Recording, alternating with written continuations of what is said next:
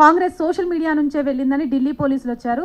ఆ తర్వాత అది ఏమైందో తెలియదు. కానీ అబద్ధపు ఫేక్ వీడియో ద్వారా కాంగ్రెస్ ప్రభావం చూపగలిగింది. కానీ అది అబద్ధం అని చెప్పడంలో బీజేపీ అంత సఫలీకృతం కాలేదు అనే వాదన కూడా ఉంది. దీనికి ఏం చెప్తారు? సో కంట్రిబ్యూటర్గా జీవితాన్ని ప్రారంభించిన నేను మీడియా మీద ఆరోపణలు చేయడం నాకు ఇష్టం లేదు. కానీ జర్నలిస్టులం అని చెప్పుకోవడం ఇష్టం లేక ఎర్ర జెండాను పక్కకు పెట్టి విశ్లేషకుల ముసుగులో వచ్చి మమ్మల్ని విమర్శించాలనుకునేటువంటి పెద్దలకి నేను చాలా సందర్భాల్లో టీవీ ఛానల్ వేదికలుగానే ముఖాముఖిలోనే చెప్పినాను, ఇప్పుడు కూడా చెప్తానే ఉన్నాను. భారతీయ జనతా పార్టీ సిద్ధాంత పునాదుల మీద కార్యకర్తల బలంతో ఎదిగినటువంటి పార్టీ. 100% మా నాయకుడు నరేంద్ర మోడీ గారు ఈ దేశ ప్రధానిగా ఉండాలని ప్రజలందరూ ముక్త కంఠంతో కోరుకున్నారు. కాబట్టి దానివల్ల కొంత పార్లమెంట్కి జరిగిన ఎన్నికల్లో మాకు ప్లస్ జరిగిందనేది వాస్తవం. దాన్ని ఎవరు కూడా డిస్ప్యూట్ చేయాల్సినటువంటి అవసరం లేదు, అంశం కూడా కాదు. రెండోది, మీరు అన్నట్టు స్థానిక సంస్థలలో మీకు నిజంగా బలం ఉందా అని అడుగుతా ఉన్నారు. మాకు బలం చాలా ఉంది. ఎందుకంటే మేము ఎప్పుడో అన్ని జిల్లా కేంద్రాలని, తెలంగాణలో ఉన్న 10 జిల్లా కేంద్రాలని మేము ఎప్పుడో గెలిచినాం.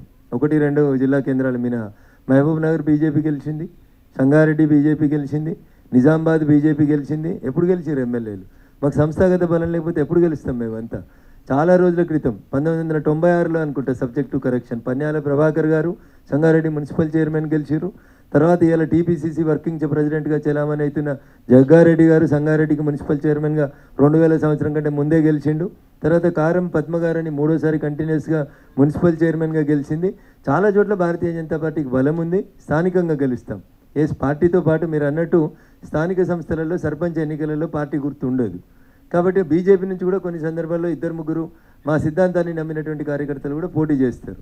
పార్టీ గుర్తు లేదు కదన్నా, నేను గెలిచి వస్తే కూడా పార్టీకే చేస్తానంటారు. కొన్ని సందర్భాల్లో అన్అవాయిడబుల్ సర్కమ్స్టాన్సెస్లో అటు జరుగుతుంది. రెండోది, లోకల్ బాడీ ఎలక్షన్స్కి వచ్చేసరికి మీరు గమనించాల్సింది ఏంటంటే, స్థానిక సంస్థలకి నిధులు రాష్ట్ర ప్రభుత్వం నుంచి నేరుగా వస్తాయనేటువంటి ఒక అపప్రదతోటి రాష్ట్రంలో ఏ పార్టీ అధికారంలో ఉంటే ఆ పార్టీ వాళ్ళనే ఎంపీటీసీలను కౌన్సిలర్ను గెలిపిస్తే మా ఊరికో మా మోరికో 4 పైసలు వస్తాయని ప్రజల పర్సెప్షన్ కూడా అట్లా ఉంటుంది. దాని అర్థం బీజేపీ లేదని కాదు, బీజేపీ ఉన్నది, గ్రామాల్లో ఉంది, ఊర్లలో ఉంది. గ్రామాల్లో బీజేపీ లేకపోతే 100% గ్రామాలు ఉన్నటువంటి దుబ్బాకలో ఉప ఎన్నికలో ముఖ్యమంత్రి చదువుకున్న ఊరిలో దుబ్బాకలో బీజేపీ ఎట్లా గెలిచింది? కానీ బరాబర్ అన్ని ఊర్లలో ఉన్నాం. సమయం, సందర్భం, candidature, so many issues counts. ఒక ఎన్నికకి ఇంకొక ఎన్నికకి పొత్తుండదు, పొంతనుండదు, అసలు సారూప్యత ఉండదు. ఆ రోజు నిలిచినటువంటి 4 చూసి ఎవరు బాగుంటారు సర్పంచ్ కానీ కొన్ని సందర్భాల్లో ప్రజలు నిర్ణయం తీసుకుని ఉంటారు. వీరు 3 సార్లు ఓడిపోయి ఉంటారు, వీరి దగ్గర పైసలు ఎక్కువ ఉండి ఉంటాయి, వీరి కులబలం ఉండి ఉంటుంది. అంటే రకరకాల ఈక్వేషన్స్ కౌంట్ అవుతాయి.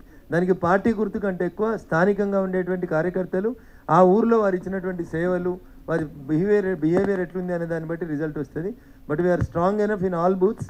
ఇదేదో మీరు పైన గెలిచి వచ్చినారు, కిందేం లేదు కాదు. మేము కింది నుంచే వచ్చినాం, పునాదుల నుంచే వచ్చినాం.